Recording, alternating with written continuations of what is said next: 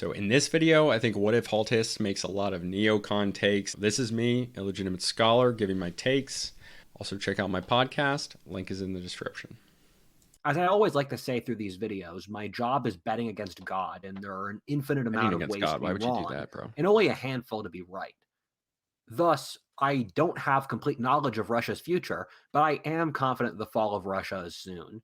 Through this video, we will investigate the factors Let's leading to find out this why he thinks and that. hear how the He's modern Russian investigating. social order was established as a reaction to the fall of the Soviet Union. That's awesome. Through that, we can see why this social order doesn't have the legs to stand on for much longer.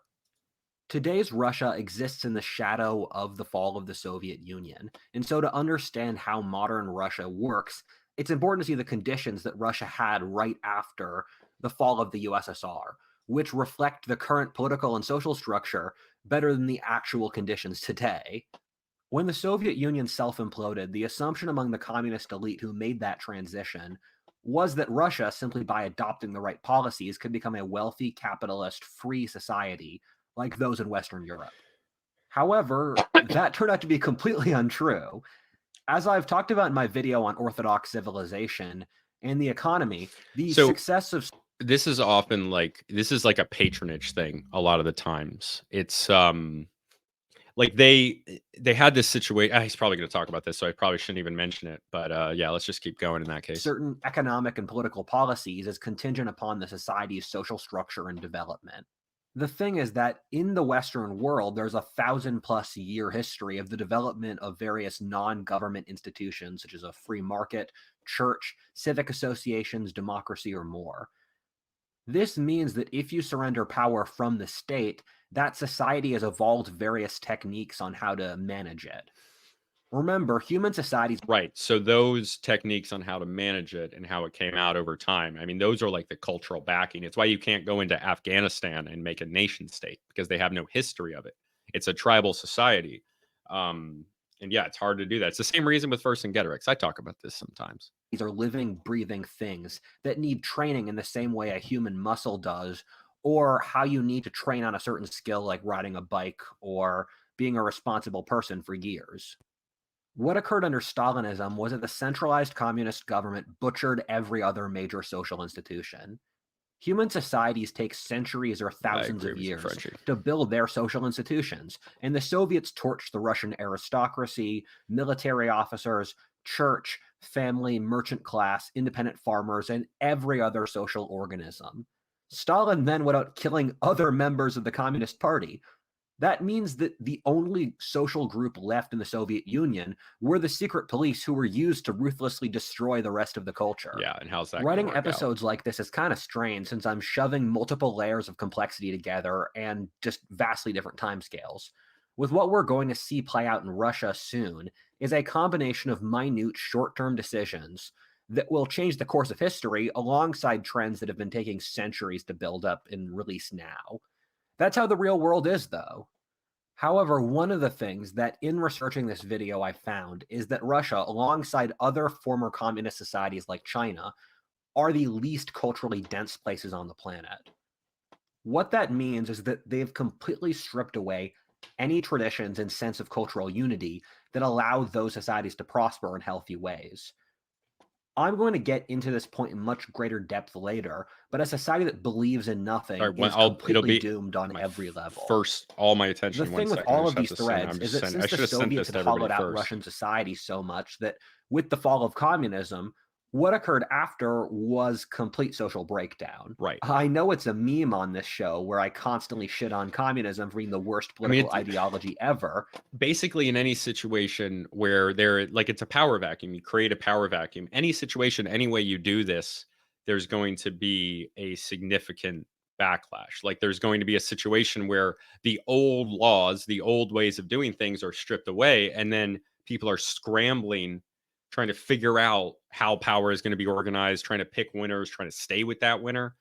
They would do this all the time, man. But life for the average Russian after the fall of the Soviet Union was hell. The fall of the Soviet Union felt like an apocalypse for normal Russians. Russia went from one of the great world powers to a failed state in a handful of years. It also occurred very abruptly, where only the smartest or luckiest analysts were predicting the Soviet Union's fall in 1987, let alone the average Russian citizen who was listening to state propaganda. Russia was a The society where state is most people always lived right. as serfs and clans for centuries. And with the Soviet Union, the state provided the See, stability I don't know that they enough. I don't know lost much with the about end of Russian serfdom. clans. However, with the breakdown of the state, it felt like complete social collapse. It's difficult for us to fathom how horrifying this was in the West, especially since it occurred in the 1990s, or which seemed like a really recent and normie time period to us Normie today. time period, dude. One of the shared The '90s was the last normie time period, and it was spectacular. And it was only a few years of my life, but as far as I'm concerned, the '90s ended on September 10th, 2001, because that's kind of when everything went to shit. themes that we're going to see across this video is that modern Russia acts in many ways like a medieval country. It's ironic I've said the exact same thing at the modern US, but it's for the opposite reasons. Putin's rise to power is the sort of thing you'd hear about in medieval China or Germany. The really funny thing about Stalinism is that by the time it was done, the only functioning social institution were the secret police, since someone had to carry out Stalin's orders. In the same way Should I where the back it up and warrior explain? slave Mamelukes often became the rulers No. themselves in the medieval Middle East, Hell yeah, as brother. communism fell apart, the secret police put themselves into power. Also, in the Soviet Union, there were two power cliques that dominated national Vultures, politics: man. the And you're Leningrad right. and Ukrainian factions. As Ukraine gained independence, is it any surprise that a secret policeman from Leningrad got power? Putin It got into isn't a power through a surprise. combination of his own talents and luck. See, and this is the point. It's like when there's a central structure that is over everything, all these different commensurate parts, it keeps everybody together. This is why the United States wanted to be held together so much. I mean, you remember the freaking propaganda flag where there's like a snake cut up and then there's a house divided cannot stand. I mean, people were so worried about the same situation that's happening in Ukraine right now, with Ukraine and Russia fighting each other, even though 30 years ago there was a lot in between them. It's like it is brother fighting brother in a lot of cases, metaphorically, but I'm sure there's a few examples of truth, just like there was in the Civil War. And it sucks. And there's other situations like this. The Balkans under the Ottoman Empire, it keeps everybody from killing each other. Under the Ottoman Empire, most times there were a few individual massacres. Those happen eventually, but populations of Christians and Jews and other minority religions, they were allowed to coexist. They were allowed to coexist, and they were allowed to practice their religions. They just paid some extra taxes, and Muslims weren't allowed to be slaves. But that didn't mean all the Christians and Jews living there were slaves. There were plenty of Christian pagan slaves from not only Europe but also sub-Saharan Africa. There, that slave trade was very long, but they were there were also subpopulations that were not enslaved. It's a complicated story that the book All of the Kremlin's Men by Mikhail Zygar talks about, where he was a combination of very capable, but also not assuming or threatening enough for other people in the structure to whack him down. He moved from being the leader of the secret police to replacing the failed civilian government under Yeltsin peacefully and consensually. Much like a medieval king, he was partially placed into power since he wasn't seen as a threat to entrenched interests. But once he did Always get into starts like power, he that, huh? proved his durability and independence. Putin's Russia gains most of its Like he was an intelligence officer, right? So it feels like the perfect way to then get into you know the subterfuge or whatever the word is, court intrigue, that type of thing, essentially. popularity from what happened after this. Putin generally pulled Russia together from collapse. He was able to put down the Those are printed long-standing with like a revolt in laser printer. Chechnya by establishing a feudal relationship with the local lord, where A feudal relationship with the local lord. This is patronage. Hashtag patronage. Shout out bog beef all the time. they are fed an exorbitant amount of money. He was able to stabilize the Russian economy, pulling the average Russian from degrading poverty to comfortable working class, even creating a sizable international middle class. And this is After really what this point in the matters early 2000s, which for retaining globally was the power. best period of growth ever in human history, Russia did incredibly well. This was largely since resource prices were very high due to the developing world, and especially China was growing so rapidly. At this point, Russia appeared to its own inhabitants and outsiders as a sort of Roman principate, a calm, responsible dictatorship that wasn't that far from being a democracy, but was also set up for massive economic and social growth. However, in 2014, global resource prices crashed. And what people saw was that the Russians hadn't invested any of their money from high resource prices into long standing industries. There was no incentive in their system for them to do that. And it almost like it has to be at least a little bit intentional from individual actors in the West acting like freaking vultures when they collapsed, and individual actors inside Russia and the former Soviet Union as well. I mean, let's be honest. That could I operate gotta stay on the besides mic. that. And the exact same process occurred in Brazil. And you really see the Russia that exists today come about in the aftermath of the collapse of global resource prices in 2014. The 2008 financial crisis was a giant turning point for Russia because beforehand, Putin's calculation was that the West would help grow their economy and for them to develop as a society. And Putin had very strong relationships with Western leaders, including Tony Blair in Britain, because the West thought that Russia would become a democracy, and they viewed Putin as the person who would shepherd that process. However, after 2008, the Russians made the calculation that the West wasn't everything it was chalked up to be Hmm. because they just blew up their own economies. Yeah, that And was fun, right? Russia then went through a Maybe we're not so process of different after all. separating itself from the West and pushing for its foreign policy in exchange for losing potential economically through integrating through the West. And we start to see Russia's wars in Georgia and Crimea. And the mindset that got Russia into the current Ukraine war, in a lot of ways, started in the Yeah, so I mean, you really like in situations of extreme disorder, you really need a strong man. Or a strong man, and of course that's a system of patronage. This is essentially after every single um like unwilling destruction of a state. So not when somebody has a revolution, not when a nation has a revolution, but when a nation or a country, a civilization, when they are essentially forced to disband or it stops working.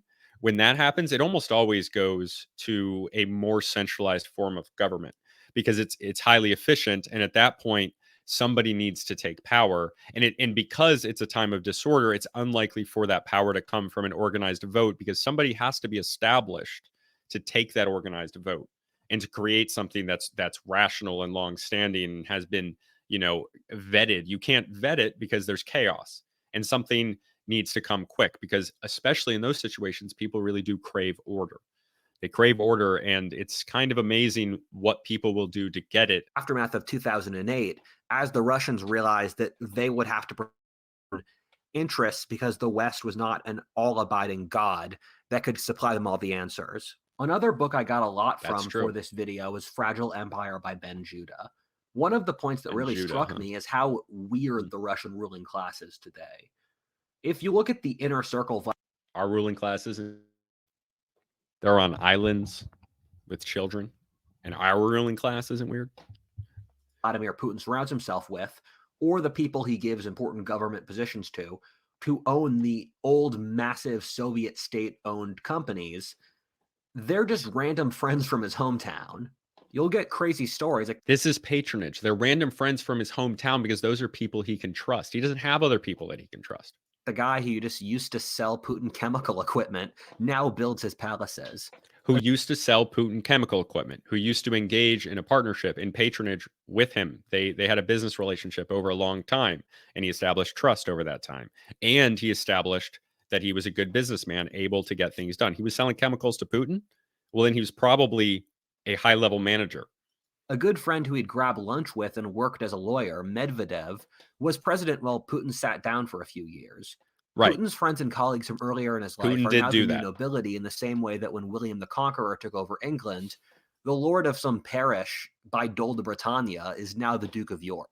This is really important to think about and emblematic of the If you read like detailed specific old history books, especially from the Middle Ages, you will see times when like patronage networks are applied in. When you have like a revolution, when there's a coup, when there's a coup, it's not one general, it's multiple generals and admirals. And the higher up colonels might be asking for specific appointments, but the generals are definitely getting them.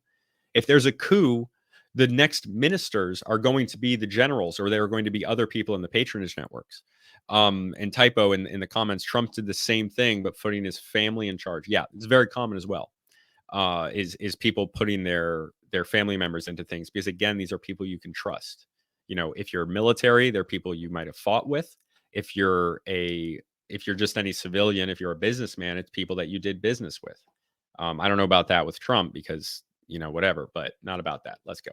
Biggest problem that faces Russia today, that being the complete lack of social trust. In high trust societies like the US, Denmark, or Japan, people until recently trusted their government, neighbors, institutions, or politicians, at least to a degree where they expected them to perform their duty and not do massive corruption. Russia is such a low trust society that Putin only feels safe Low trust with society, those very who are important. completely reliant on him, or those who would be nobodies without their personal connections to him and are thus in charge. I didn't Even even know then, he that. doesn't really trust them to close to the same degree as a Western politician would trust the members of another political party. Politics in Russia today mirrors that of a medieval European country.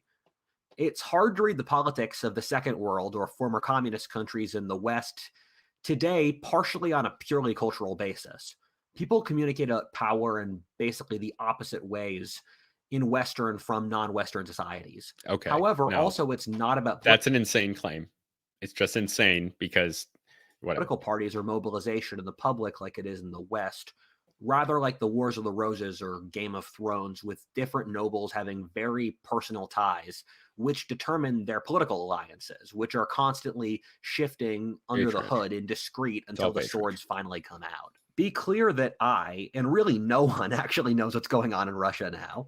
Partially that since the society is not transparent with I know what's Western going on. journalists. Patronage. However, the political divide cuts across the hearts of individuals until everything falls apart. The other major part of the Russian elite, besides Putin's nobility, are the oligarchs. Again, like a medieval country where oftentimes local officials or army commanders would declare themselves nobility when the central government fell apart, the oligarchs tended to be old Communist Party officials who bought Right. out the Soviet state companies during the fall. And where'd they get the money to buy it out from, huh? This was done really corruptly, with the auctions for these companies often being held at 3 a.m. in the middle of the woods, so that only those who were in the know could buy them. Since society was falling apart, they Oh often my bought god. these companies for nothing, only for them to become some of the richest people in the world afterwards. Yeah, that's what Under happened. the Yeah. czars, the czar would play a shell game where he'd either work with the nobility to hold down the population or be the protector of the people against the nobility. This is what Putin's done. He keeps the oligarchs around and works with them, given they centralize power in a way that's useful for him to control society. The oligarchs support the current order since it leaves them incredibly wealthy and powerful. He also periodically destroys oligarchs and shames them to garner support from the general population. In all the books I've been Right. reading for this video, one People like theme that. keeps on coming They up again and like a again. patsy. Modern Russia Gotta doesn't pick make any somebody to blame. sense. That statement means multiple things on different levels. People in the West like to imagine that they are the endpoint for soulless consumerism, modernism, atheism, postmodernism, or irony. The truth, however, is that these are pushed much, much further in the former communist or second world. In a lot of ways, the West is more traditional than Russia or China, with more leftovers from older cultural forms like politeness, religion, or Okay. Older and more traditional are relative to your own civilization. Politeness, he does this sometimes. Like politeness is very relative. There's different forms of politeness in different cultures. So, yes, obviously Russians do not seem polite by American or British standards. Americans don't seem polite by European standards. Americans don't seem polite by other American standards. If you acted the way that people act in New England, in the South, people would think that you're rude. If you act the way that people act in the South, in New England, people are going to think that you're weird. Really, I'm from New England, spent a little bit of my life in the South, and I prefer the South. But yeah, let's go. It's relative. And this is one of my biggest critiques about Whatifalthist, who is someone, again, that I really, really like. I feel like he tends to do this thing that I see where the right will be like, this is reality, and like I'm in reality. Like what's his name does that, and like yes, the left is probably more outside of reality, But like reality is still subjective. It's still, the way that you perceive the world. And people say perception is reality because perception is reality. And sometimes people on the right in general seem to me to not get that there's more divergence in the traits that they're talking about. These are not innate traits. Whereas people on the left don't think that anything's innate, which is worse to me. But they're both bad, and they're both bad in the sense that there's flaws in both of them. But let's keep going. Social structures. If you want to see what modernity looks like pushed to an extreme, go to China. One of my favorite themes here comes from the Right. They adopted unbridled capitalism. They didn't learn any mitigating factors, and we'll see if it works out for them based on their population. But what I think is probably just likely, because they don't have a lot of experience with it, is that it's going to result in a Great Depression type scenario, and maybe even worse because of the level of like the Great Depression happened in the US because of speculation that people didn't really understand how it was going to end, or maybe they did and it was malignant, who knows. But in China they got all the modern technology, and they started with that with no idea about putting a lid on it. Or maybe they do have a solution that I don't understand because it's in their culture. I hope so, because a collapse in China that I think is logically going to happen, it would be disastrous for everybody, including China. Lots of human suffering is my point, but let's keep going. book Nothing is True and Everything is Possible. It's about a guy who worked as a film producer in Russia for over a decade, and he talks about Putin's propaganda machine. The thing is, as a person who does work in media full time, I actually have profound admiration for how Putin structured his propaganda. Russia has mastered It's a postmodern gorgeous building. propaganda. The Russian government purposely sets up controlled oppositions that are dissenting enough to attract people and keep them agitated without actually doing anything. The Dude, Putin government is created around a dozen opposition where else have I parties. seen that? The Russian media will take a series of completely contradictory positions from different points of view in the same day.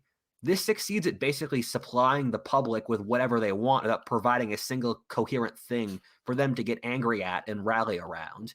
This is propaganda that's perfect for manipulating young people who don't believe in anything. The media control of Russia is just through the news media.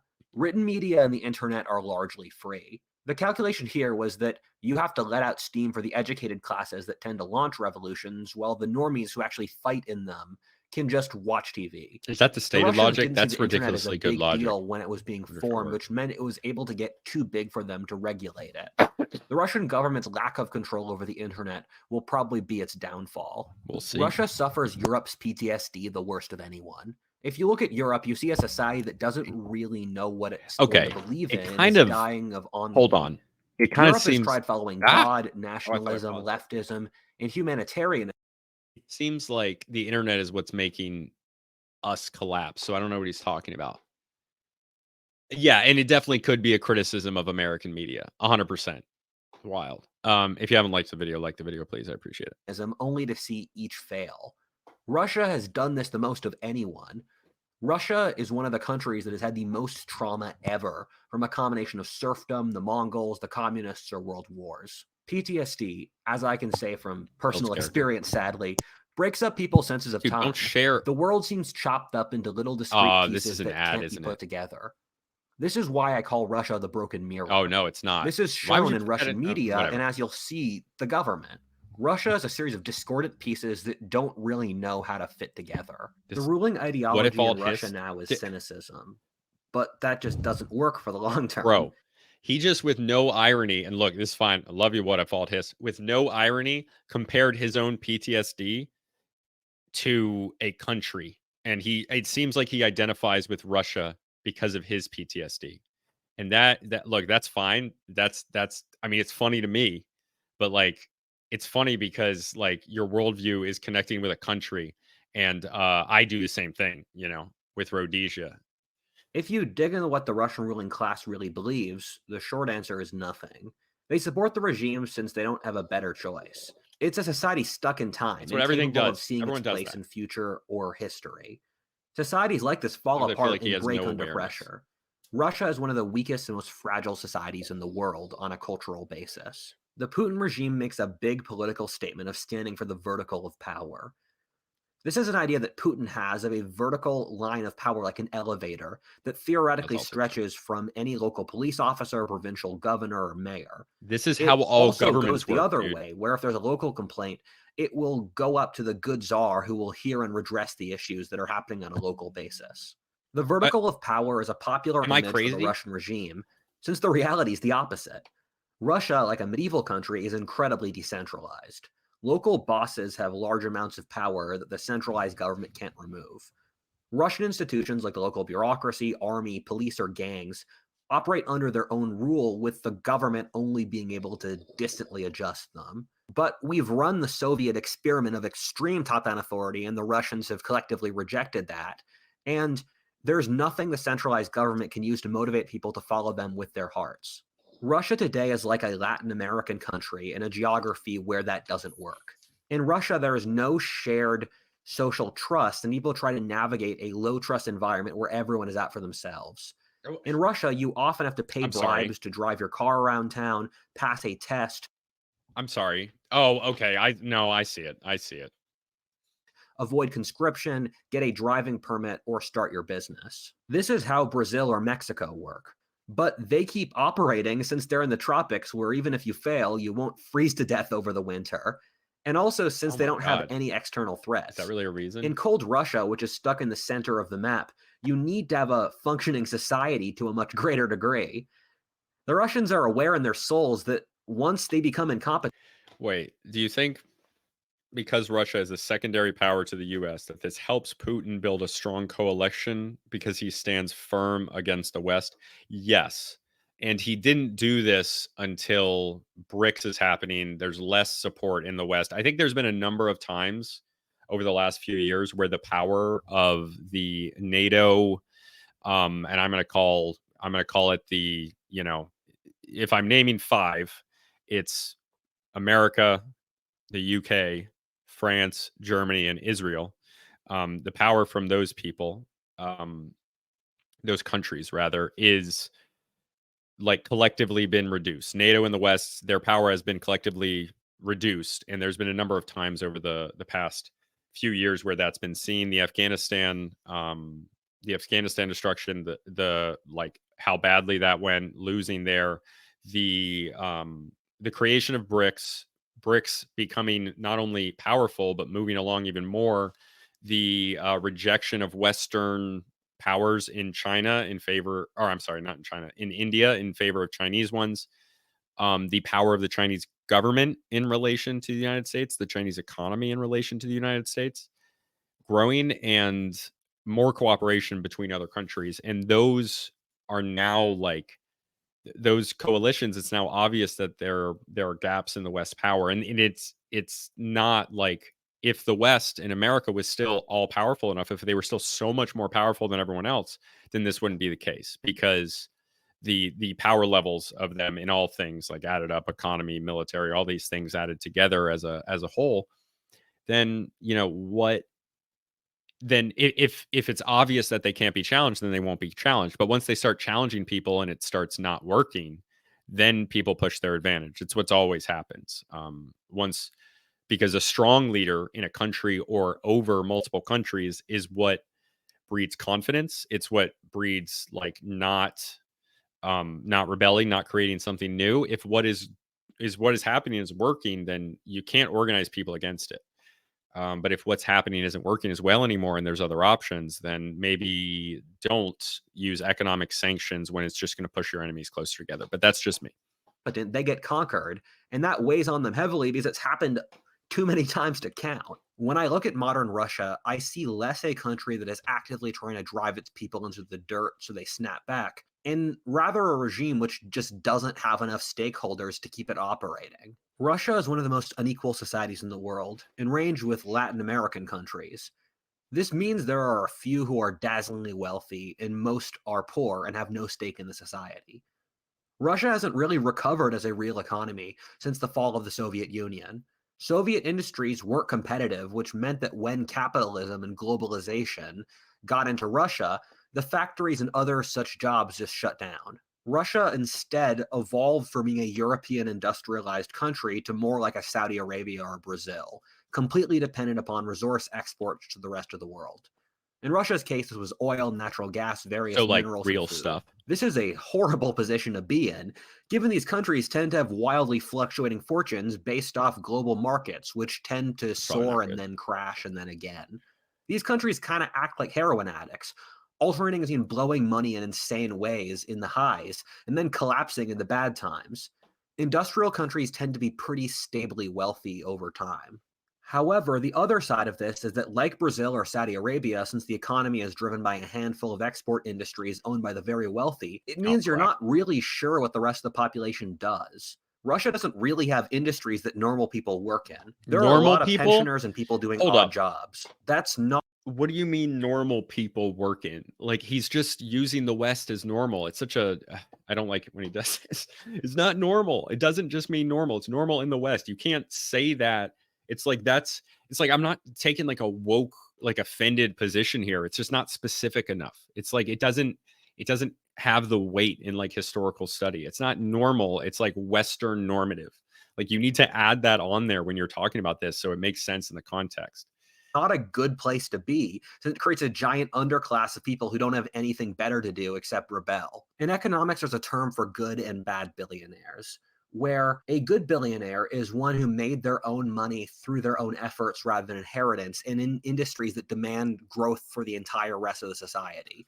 I'm not Okay. making this as a statement of the morality of the people involved, but a country like America, 80% of the billionaires made the money through their own efforts, and also Did they 80% though? did it through industries which grew the total economy, such as tech, manufacturing, and Growing the total economy, like GDP is a bad metric because it doesn't talk about individuals. It just talks about the country as a whole. And you need to know about individuals because it's like you don't buy a stock that has a really high rate of return, like a really high dividend rate if the company is going down. And a lot of times you might see a company giving like 9% dividends to get people to buy the stock, and then people buy the stock. But it's a 9% dividend, and then the stock falls half price. Now it's a 9%. Now it's basically a 4.5 in your principal. Regardless, it's that's not. This isn't necessarily good. and things that require innovation, while in Russia, it's the opposite, where the vast majority operate in industries that basically section off and rent part of the economy through state controlled companies, mining. And this creates a sense of envy against the rich in Russia, which isn't comparable in many Western societies. Even for the people at the top, they don't trust the regime. The Russian elite has been trying to flee for over a No one should decade. trust There any are more regime. Russian rubles or currency sitting in bank accounts outside Russia, in places like London, Panama, or Cyprus, than there is actual money circulating in the country of Russia. The Russian elite will probably get delusional, thinking if they remove Putin, they can make Russia a pure plutocracy where the oligarchs run everything, Why would like they think Ukraine. that? However, they will fail to Is that just blind speculation? see how Putin restrains the mob from killing them. Let's compare this with China. China is now more in the Stalin school of dictatorship rather than the current Russian model, which is more like a medieval or Latin American dictatorship. China I wish you would expand on that. is now a Maoist state where the government has massive secret police presence, where the government's very overweening. This would be a good future video, but Overweening. the Chinese government now is actively grinding their people into the ground and basically telling them to suck it up. Based. However, at the same time, the Communist Party of Not China really. has more legitimacy than Putin's Russia. I don't think any of you can even name what political party Putin's part of. I Not really read matter. a bunch of books on this subject and I forget it now. The Communist Party of China liberated China from the century of foreign humiliations, ushered in the most rapid economic growth ever in human history, made China a great power. Okay, but like Putin has made improvements in his own lifetime as an individual, and obviously so has China, but improvements by the same metrics that he's talking about as being good. So, like, yes, it's the Chinese Communist Party, like, just because that's the name of it, but I think people do associate, like, people obviously in China associate current CCP with former CCP. It's not always that obvious, especially over multiple generations. But with Russia, with Putin is obviously like people do consider him a continuation of that good line because he's associated himself with not only the good parts of white Russia, but the good parts of red Russia, the good parts of the Communist Union. And I think he's done a good job of doing that. And he's drawn back to the USSR and the era and how everything was back then. And the good parts about it, reminding people of nostalgia. Obviously, there's horrible things as well, but he's not going to emphasize those. Or with allies on every continent. On top of this, the Chinese Communist Party is a really powerful ruling bloc with 90 million members that supposedly have a strong shared ideology. The coming crisis in China will be much louder and bloodier than that in Russia, given the pressure from both sides is just much stronger, with the combination of the stronger regime putting more pressure onto the population. Russia's collapse is going to be much more confusing. No one can really explain what happened in the Second Congo or fall of Rome.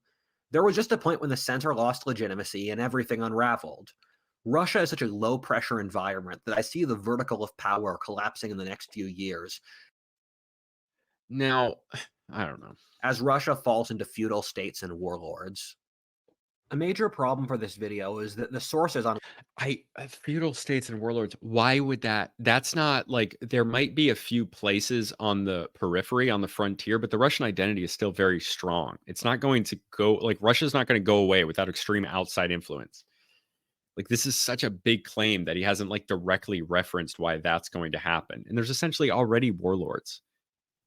Those are like the lower level officials. Those guys will be there. Maybe they'll have more autonomy, but it's not like Russia's going to go away and they don't want it to.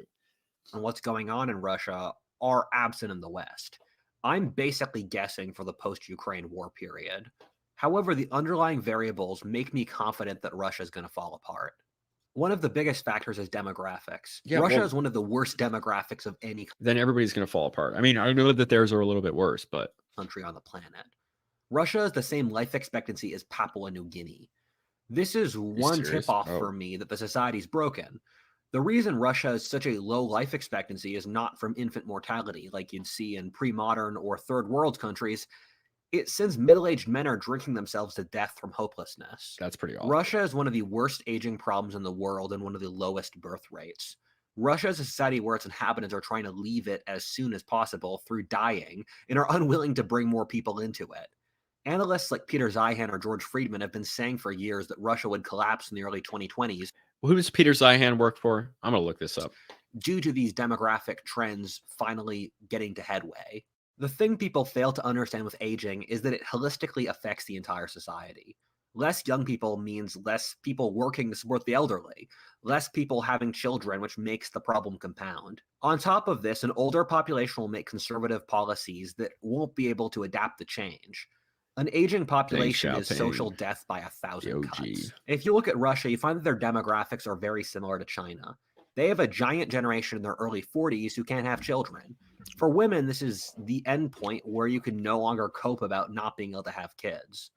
People are animals who are designed to breed first and be rational later. So over history, as you've removed reproductive ability, the society just falls apart. Also, there's this large bracket of men in their early 40s. When you're getting to that age, you stop being able to physically take the hardships of youth. A man in his 20s can work 12-hour shifts 6 days a week, survive off eating I ramen, definitely can working do odd that. jobs, and still has hope that things could get better. A man in his 40s who spent his life doing that without any hope of something better will start to radicalize and freak out since he knows he has no ability to Dude, retire. The no, big hold up, problem in hold up. Russia is a Come country with old on, bro. demographics. He's okay. Most revolutions, most of the people doing it are people in their 20s. Like all the violence in the world, all the revolutions in the world, all the social strife, most of the sexual assault, it's all committed by men between the ages of 18 and 45, and that's basically true of like all world history and like all places as far as I know. I will test that theory. I will stand by it. I might be wrong, but I'm pretty sure I'm right about that. Like, yeah, these guys, but I mean, young men need older men as mentors. I think that's the problem. It's an indirect problem. These guys are not going to be 50-year-old losers, are not going to be, picking up guns, putting down the vodka bottle and picking up guns. Like, no, what are you talking about? The guy in his 40s going revolutionary after 2 kids and divorce. I mean, yeah, look, these people, yeah, they exist and I get it and they definitely get radicalized, but I don't think that they're not organizing into revolutions. without anywhere near enough wealth to support a welfare state like Japan or Germany, who themselves can't support that. Ironically, the Russian data scientist Peter Turchin has developed metrics that can accurately predict when societies have revolutions. The top three metrics are inequality, wage stagnation, and too many elite aspirants, or more people trying to get to high social status than the society is capable of maintaining. All of these metrics are completely buzzing off for Russia right now.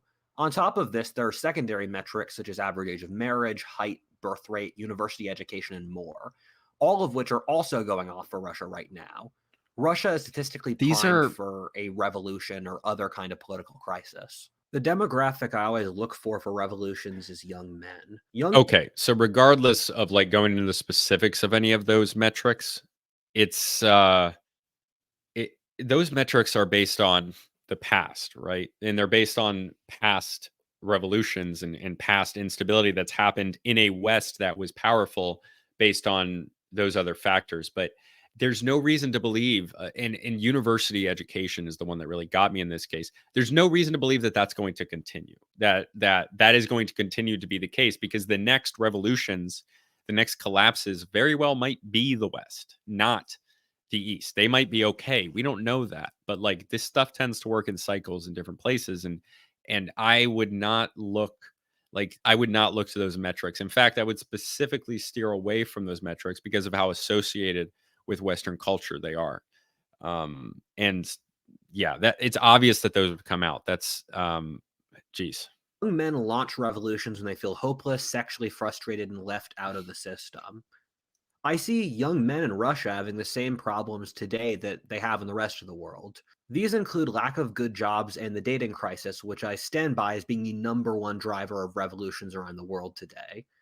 In fact, I'd guess the dating crisis is worse in Russia than the West due to higher inequality and That one's feminism probably being a real one. weaker, thus allowing more polygamy and hypergamy among elite men. One of the things I find ironic that no one else has thought of is that for starting the Ukraine war, or if China or America have a war over Taiwan, all of these countries are basically signing their own suicide notes. What the Ukraine war's done is it's given Russian men of military fighting age, who are the target demographic for revolutions, military training, weapons, command structures, and a sense of shared struggle to unify them. The only real card the Russian government can pull at this point to motivate its population is Russian nationalism.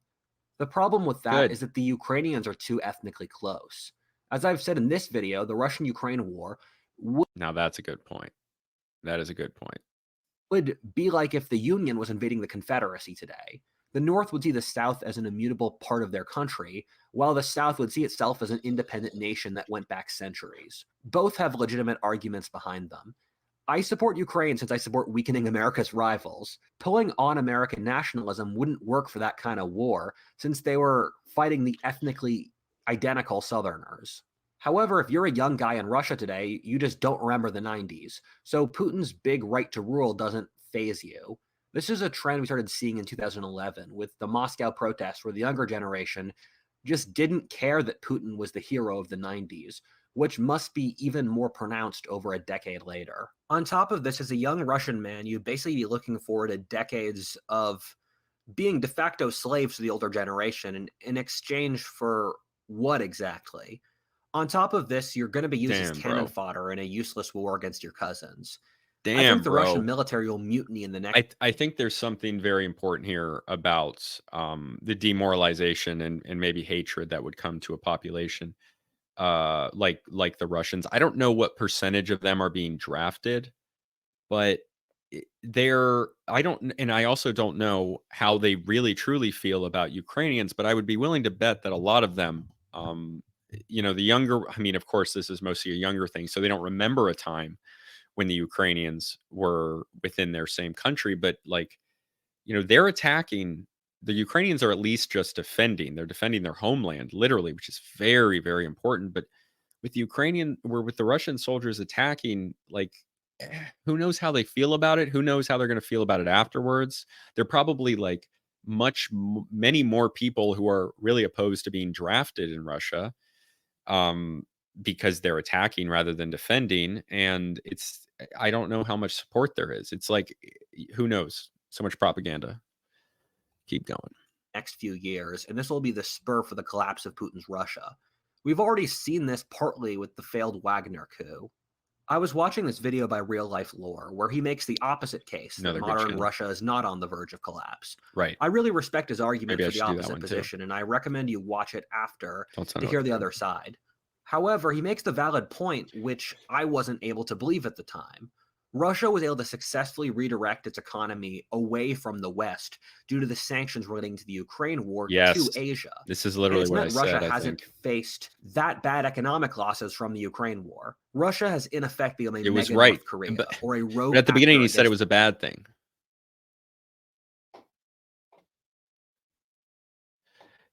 Yeah, that stuff's pretty common.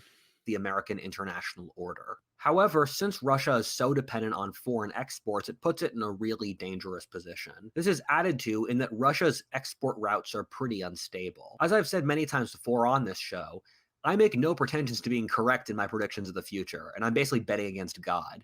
Part of the reason the global famine I talked about hasn't occurred is that the Russians and Ukrainians were able to keep the Black Sea ports operating, allowing Africa and the Middle East to get the Russian and Ukrainian grain they're dependent upon for survival. This is a politically tense deal that could fall through at any time. On top of that, besides the Black Sea, which can be very easily blocked by Turkey, the US, or Ukraine, Russia's other ports such as St. Petersburg, Vladivostok, and Archangel all freeze over during the winter, meaning there is a real potential to just completely shut off Russian trade for months straight. This is also since it's incredibly difficult for the Russians to ship their goods through Asia by land. On top of this, the global Yeah, market is just really tense I right can now. imagine. Russia now is completely dependent upon China, a country which in a couple other videos I've repeatedly said will collapse in a revolution over the next few years. During international secular cycles like ours, the normal thing is for massive price fluctuations. We've already been seeing this since COVID, and as the world gets crazier, so will this. The only thing Russia needs for complete social collapse is a drop in prices for its exports. Russia is in a weak position, and so if the economic glue that holds them together crashes, like resource prices normally do, but especially so in hard times, once the government can't pay its soldiers in the field, they mutiny. This has occurred before in Russia around World War One. At this point, Russia collapses into warlords. I'm going to make a future video about this at some point, but Russia is still a culturally unified country today. However, the project that modern Russia has been pushing since the Mongols of unifying around an oppressive centralized government to fight outsiders more effectively has broken Russia's spirit. What Russia needs to do to reunify and survive as a society is a revitalization of the church, whether orthodox or not. Yeah, that's probably a good idea. As a cultural anthropologist, I'm not really one, but I will call myself one.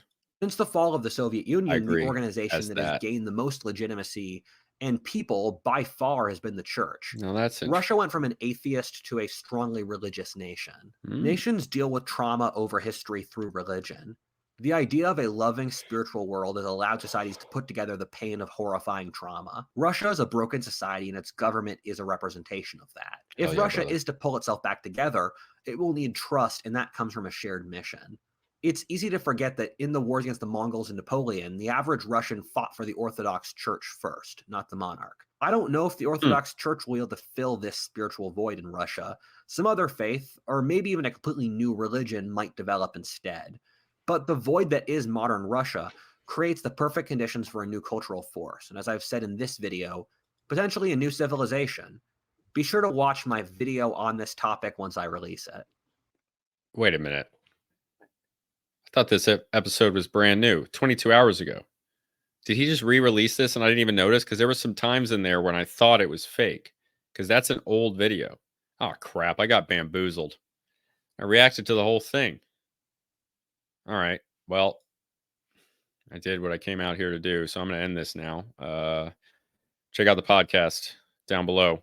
It's there. The podcast is the main thing, so I'd love it if you went on and downloaded every single episode right now. If you haven't, just click them all. Just download all, and then it'll show up on my stats. I'll notice that somebody downloaded all the episodes, and it'll make me happy. And if two people do that, it'll be crazy.